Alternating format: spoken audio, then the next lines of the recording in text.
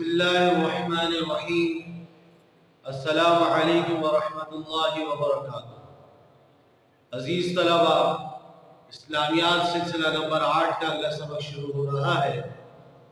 گزشتہ سبق میں ہم نے خلافت حضرت علی المرتضی رضی اللہ تعالیٰ عنہ کے حوالے سے سبق شروع کیا تھا، جس میں ہم نے حضرت علی رضی اللہ تعالیٰ عنہ کے مختصر تعارف پڑھا اور ان کے بارے میں مختصر سے احوال ہم نے پڑھ لیے۔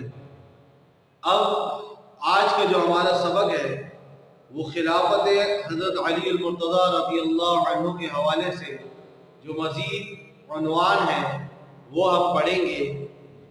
تو آج کا سبق ہمارا آپ کی کتاب کے صفحہ نمبر 205 میں شروع ہوتا ہے، اور اس میں سب سے پہلا جو عنوان ہے وہ ہے حضرت علی رضی اللہ تعالیٰ عنہ کا دور خلافت۔ عزیز طلبہ، حضرت علی رضی اللہ تعالیٰ عنہ جب مسند خلافت میں تشریف فرما ہوئے تو امت مسلمہ سخت انتشار کا شکار تھی، بڑے سخت حالات میں تھے، کیونکہ آپ نے پڑھ لیا حضرت عثمان غنی رضی اللہ تعالیٰ عنہ کی شہادت سے پہلے ایک فتنے کا آغاز ہو چکا تھا، جو بلوائیوں اور باغیوں کا فتنہ تھا، اور یہ فتنہ تھا جس کے بارے میں حضور صلی اللہ علیہ وسلم نے اکثر مرتبہ متعدد مرتبہ اس فتنے کے بارے میں واضح طور پر فرما دیا تھا کہ یہ فتنہ آئے گا۔ تو چنانچہ یہ فتنے کا آغاز ہو چکا تھا، اور علی رضی اللہ تعالیٰ عنہ کے دور خلافت میں اس فتنے نے مزید عروج پکڑا اور حالات سخت خراب ہوتے چلے گئے۔ کافروں سے تو جہاد اکا دکا کچھ واقعات ہوئے، لیکن اس کے علاوہ جہاد موقوف رہا، بس ان لوگوں کے فتنے سے بچاؤ کے لیے معاملات ہوتے رہے۔ یہ جو فتنہ تھا جس کے بارے میں حضور علیہ السلام نے بھی متعدد جگہ میں فرمایا تھا، متعدد مرتبہ فرمایا تھا، وہ فتنہ تھا، اس کا نام تھا خوارج۔ عزیز طلبہ، یہ خوارج کون تھے؟ یہ وہ لوگ تھے، یہ وہ فتنہ تھا، یہ وہ فرقہ تھا جو حضرت علی رضی اللہ عنہ اور دیگر اکابر صحابہ کرام رضی اللہ عنہ اجمعین کا سخت دشمن بن گیا تھا، اور یہاں تک کہ نعوذ باللہ حضور صلی اللہ علیہ وسلم کے ساتھی حضور علیہ السلام کے اصحاب صحابہ کرام کو ایک کافر قرار دینے لگا تھا، صحابہ کو کافر کہنے لگا تھا یہ فرقہ۔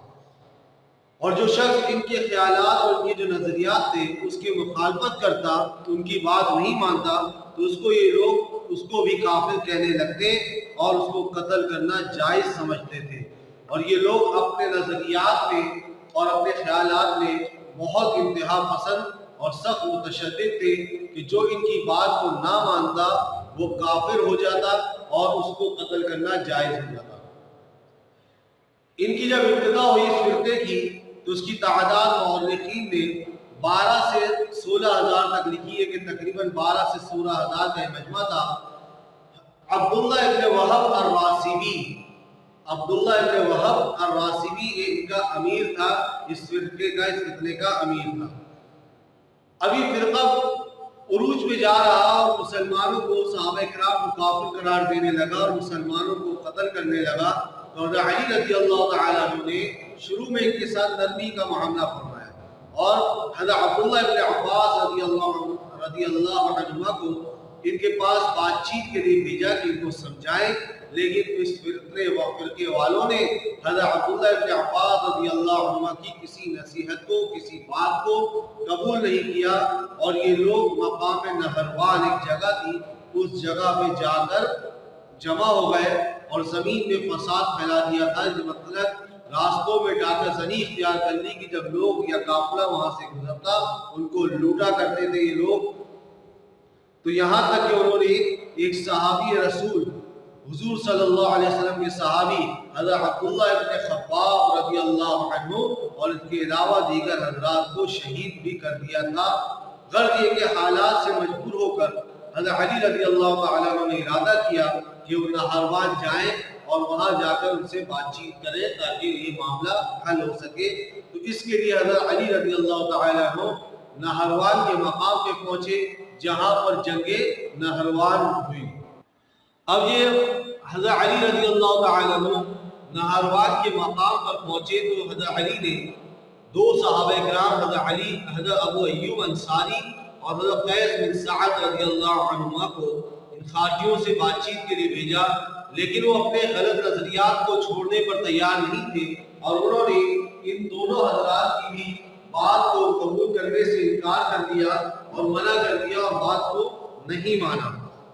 پھر حضرت علی رضی اللہ تعالیٰ عنہ نے ان کے ایک سردار کو بلایا اور اس سے خود بات کی کہ ان کو سمجھایا جائے، لیکن ان کے دل تاریک ہو چکے تھے، اندھیرے میں ڈوب چکے تھے، اسلام سے اور دین سے دور ہو چکے تھے، اس لیے وہ حضرت علی کی بات کو بھی قبول کرنے کو تیار نہیں ہوئے۔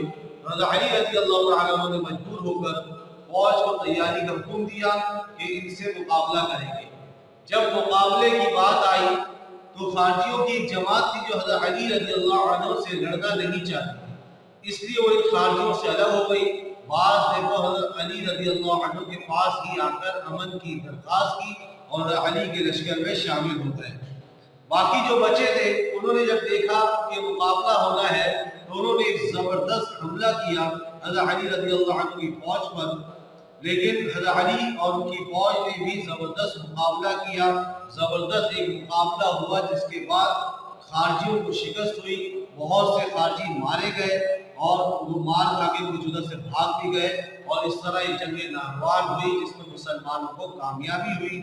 عزیز طلبہ، یہ جنگ نہروان شعبان کے مہینے میں 38 ہجری کو ہوئی تھی۔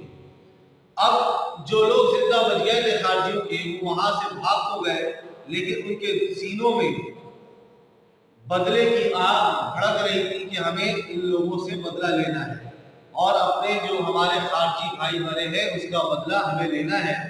اس بدلے کی وجہ سے ان کے لیے مکہ مکرمہ میں 3 خارجی جمع ہوئے، جس میں سے ایک کا نام عبد الرحمن ابن ملجم تھا، دوسرا برق بن عبداللہ، تیسرا عمرو بن بکیر۔ یہ 3 بندے جمع ہوئے خارجیوں کے، اور انہوں نے ایک منصوبہ تیار کیا اور اس کو پورا کرنے کے لیے اپنی جانوں کو قربان کرنے کا وعدہ کیا کہ یہ ایک منصوبہ ہم بنا رہے ہیں اور اس منصوبے کے لیے پورا کرنے کے لیے ہماری جان بھی چلی جائے تو ہم وعدہ کرتے ہیں جان دے دیں گے۔ اور ان کا یہ خیال تھا کہ جب تک 3 افراد، کون 3 افراد؟ ایک حضرت علی، ایک حضرت معاویہ اور ایک حضرت عمرو بن العاص رضی اللہ عنہم اجمعین، یہ زندہ رہیں گے تو امن قائم نہیں ہو سکتا، مطلب خارجیوں کا فرقہ اور ان کا فتنہ انہیں عروج پہ نہیں آ سکتا، تو ان کو پہلے راستے سے ہٹانا پڑے گا۔ اور پھر انہوں نے یعنی ان حضرات نے ہمارے خارجی بھائیوں کو بھی قتل کیا ہے تو اس کا بدلہ بھی لینا ہے اور اپنے فتنے کو، اپنے فرقے کو عروج دینے کے لیے، بڑھانے کے لیے ان 3 اشخاص کا خاتمہ کرنا ہے۔ تو اس ارادے سے، اس ناپاک ارادے سے یہ لوگ آگے بڑھے اور انہوں نے یہ طے کیا کہ حضرت علی کو، حضرت معاویہ کو اور حضرت عمرو بن العاص رضی اللہ عنہ کو شہید کیا جائے۔ تو اب یہ اپنے ارادے، ناپاک ارادے کے لیے کس طرح آگے بڑھے، کیا پلاننگ کی؟ وہ یہ تھی کہ جو حضرت علی رضی اللہ عنہ کی شہادت ہوئی کس طرح ہوئی وہ اب ہم پڑھتے ہیں، اور ہمارا اگلا عنوان بھی ہے حضرت علی رضی اللہ عنہ کی شہادت۔ عزیز طلبہ، حضور صلی اللہ علیہ وسلم کی کچھ پیشگوئیوں کی بنا پر حضرت علی رضی اللہ تعالیٰ عنہ کو یقین تھا کہ ان کو شہادت مل گئی۔ شہادت سے کچھ وقت پہلے ایک قبیلہ تھا، قبیلہ مراد، اس کے ایک شخص نے حضرت علی سے کہا کہ امیر المومنین، آپ کی حفاظت کے لیے، آپ اپنی حفاظت کے لیے نگران مقرر فرما دیں، یعنی گارڈ رکھ لیں، کیونکہ کچھ لوگ آپ کے قتل کے در پہ ہیں۔ تو حضرت علی نے فرمایا ہر شخص کے ساتھ اللہ تعالیٰ کی طرف سے 2 فرشتے حفاظت کے لیے مقرر ہیں، جو آپ نے اسلامیہ سلسلہ نمبر 7 میں پڑھا تھا، ان فرشتوں کو حفظہ کہا جاتا ہے، اور جب تقدیر غالب آ جاتی ہے تو اس شخص سے وہ الگ ہو جاتے ہیں۔ جب تقدیر میں، قسمت میں انسان کے لیے کوئی تکلیف لکھی ہوتی ہے تو وہ اللہ کے حکم سے فرشتے الگ ہو جاتے ہیں اور وہ تقدیر اس پر غالب آ جاتی ہے۔ غرض یہ کہ حضرت علی نے اپنی حفاظت کے لیے کسی کو مقرر نہیں کیا۔ اب ادھر یہ 3 شخص عبد الرحمن ابن ملجم، برق بن عبداللہ، عمرو بن بکیر، ان میں سے عبد الرحمن ابن ملجم نے کہا میں علی کا کام یعنی علی رضی اللہ عنہ کے قتل کا کام اپنے ذمہ لیتا ہوں کہ ان کو میں شہید کروں گا۔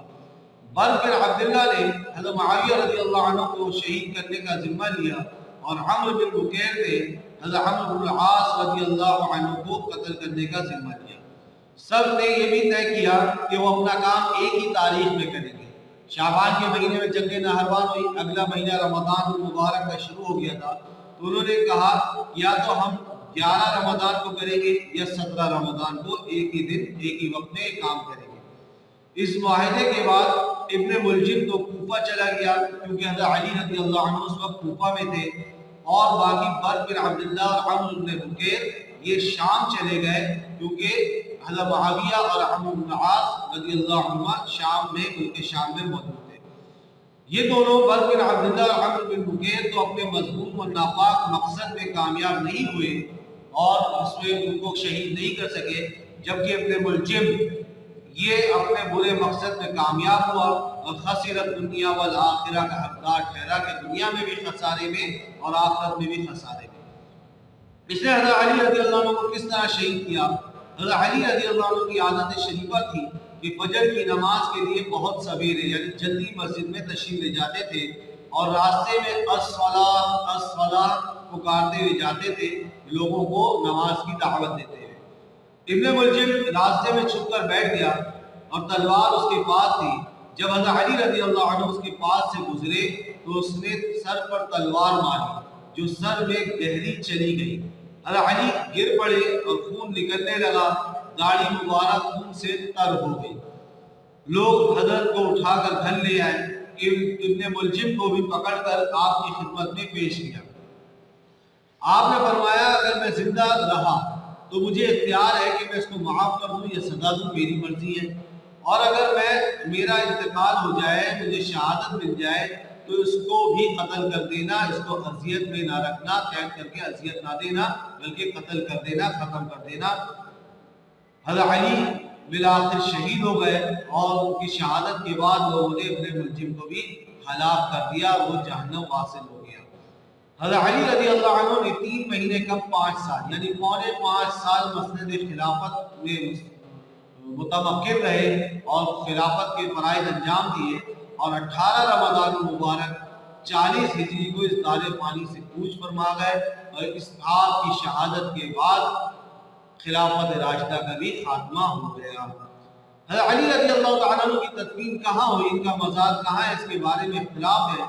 بعض کے نزدیک ان کا مزار نجف اشرف یعنی عراق میں ہے، جبکہ دوسروں کا موقف یہ ہے کہ آپ کی تدفین کوفہ میں مسجد الجامعہ کے قریب ایک جگہ ہے الرحبہ، وہاں ہوئی، جبکہ بعض دوسروں کے نزدیک کوفہ ہی میں دارالامارہ ایک جگہ ہے، اس میں آپ کی تدفین ہوئی اور وہیں آپ مدفون ہیں۔ یہ اختلافات ہیں، باقی اللہ زیادہ بہتر جانتا ہے کہ ان کی تدفین کہاں ہوئی۔ عزیز طلبہ، یہ جو ہم نے کتاب کا 5واں باب شروع کیا تھا، صحابہ کرام کے فضائل کے متعلق عقائد، وہ یہاں ختم ہوا۔ اب ہمارا 6واں اور آخری باب جو اس کتاب کا ہے وہ شروع ہوتا ہے، اور وہ 6واں باب ہمارا ہے، اس کا نام ہے تجوید۔ عزیز طلبہ، تجوید کے حوالے سے آپ اسلامیات کے تمام سلسلوں میں پڑھتے آئے ہیں۔ پریپ میں یعنی اسلامیہ سلسلہ نمبر 5 میں بھی آپ نے علم التجوید کا سبق پڑھا تھا، پھر اسلامیہ سلسلہ نمبر 6 میں بھی آپ نے تجوید کو پڑھا، اور اس کے بعد اسلامیہ سلسلہ نمبر 7 کے آخر میں بھی پڑھا۔ اب یہاں بھی ہم تجوید کا سبق شروع کر رہے ہیں، اور تجوید کے سبق میں یہاں جو سب سے پہلا ہمارا سبق ہے وہ سبق ہے، اس کا عنوان ہے مد و قصر۔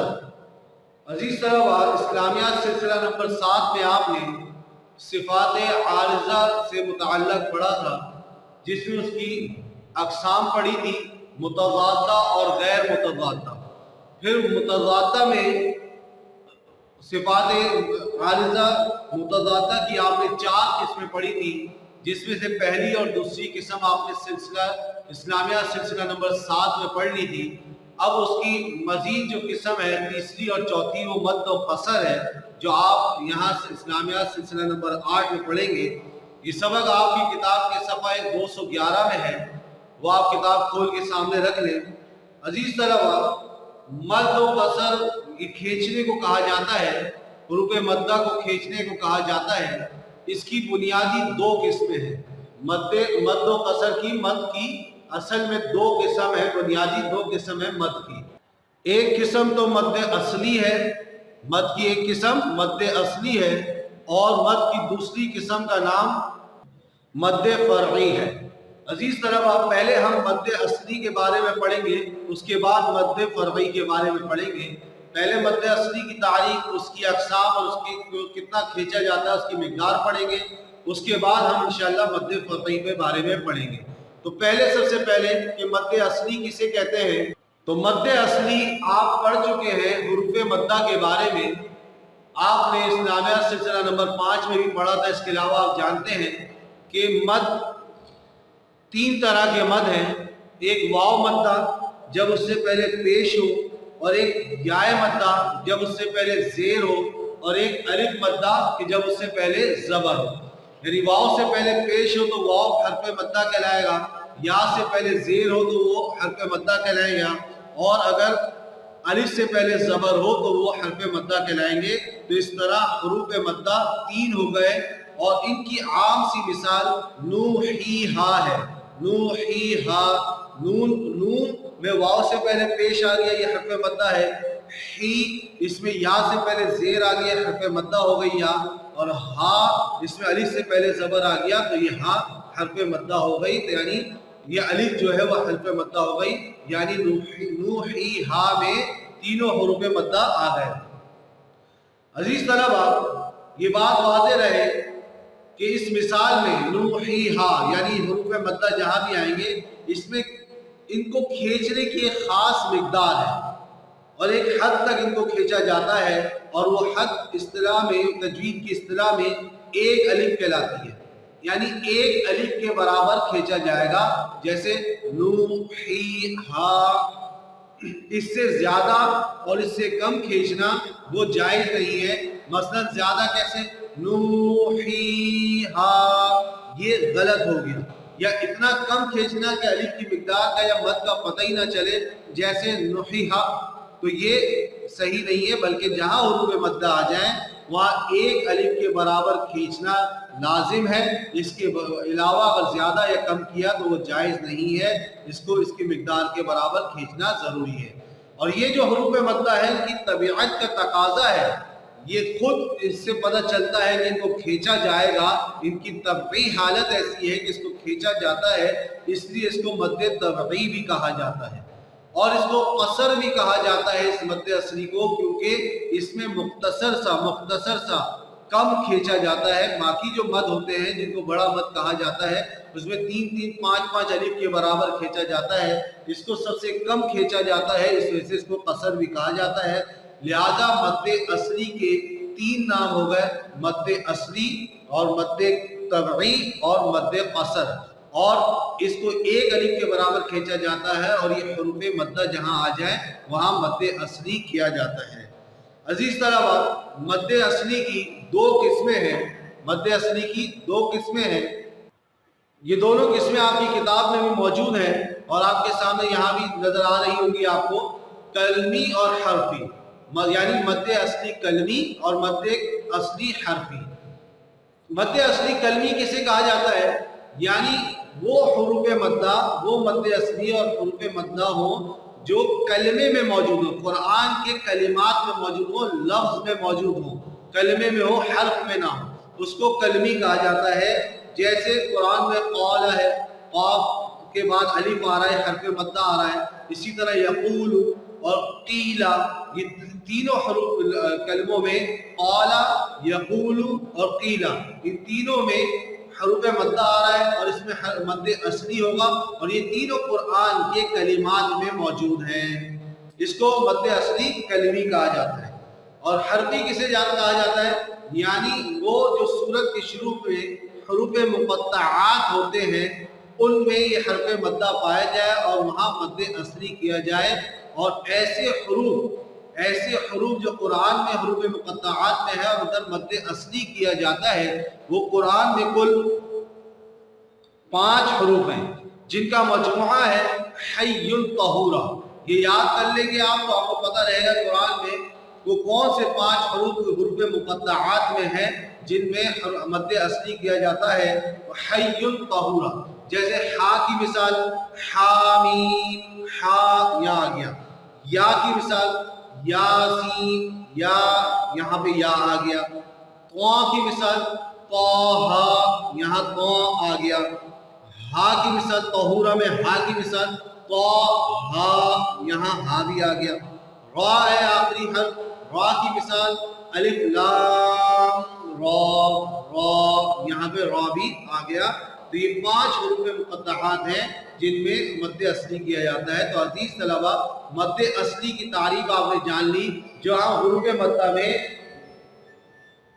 یعنی جہاں حروف مدہ پائے جائیں تو وہاں مد اصلی یعنی ایک الف کے برابر مد کیا جاتا ہے.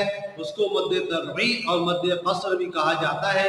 اور اس کی 2 قسمیں کلمی مد اصلی کلمی اسے کہتے ہیں جو حروف مدہ یعنی مد اصلی وہ قرآنی کلمات میں موجود ہوں جیسے قال یقول قیل. اور مد اصلی حرفی اسے کہا جاتا ہے جو قرآن کی میں سورتوں کے شروع میں جو حروف مقطعات آتے ہیں ان حروف میں ہوں. اور وہ ایسے حروف قرآن میں 5 ہیں. حی طہورا اس کا مجموعہ ہے یعنی ہا یا طا ہا را. یہ حروف مقطعات میں مد اصلی ہوتے ہیں. اب اگلی بات جو آپ پڑھ بھی چکے ہیں لیکن یہاں الگ سے بھی ذکر کی ہے وہ ہے کہ مد اصلی کی مقدار کیا ہے یعنی اس کو کتنا کھینچا جائے گا. تو آپ پڑھ چکے ہیں مد اصلی چاہے وہ کلمی ہو چاہے وہ حرفی ہو دونوں صورتوں میں اس کو ایک الف کے برابر کھینچنا واجب ہے, لازمی ہے. نہ اس سے کم نہ اس سے زیادہ بلکہ ایک الف کے برابر کھینچ کر پڑھنا یہ واجب ہے. عزیز طلبہ آج کا سبق یہاں ختم کرتے ہیں. مد کی 2 قسموں میں سے مد اصلی کے بارے میں آپ نے پڑھ لیا. اب مد فرعی کے بارے میں انشاءاللہ اگلے سبق میں ہم پڑھ لیں گے. یہاں ہمارا آج کا سبق ختم ہوتا ہے. اب عملی کتاب کا جو ہمیں کام کرنا ہے وہ آپ کی عملی کتاب میں صفحہ نمبر 84, 85 اور 86 آپ کو مکمل کرنا ہے. خلافت حضرت علی المرتضی رضی اللہ عنہ اس کا عملی کتاب کے سوالات اور کاپی کے سوالات ہم مکمل کر لیں. آپ کو انشاءاللہ اس کی PDF بھی شیئر کر دی جائے گی. السلام علیکم ورحمۃ اللہ وبرکاتہ.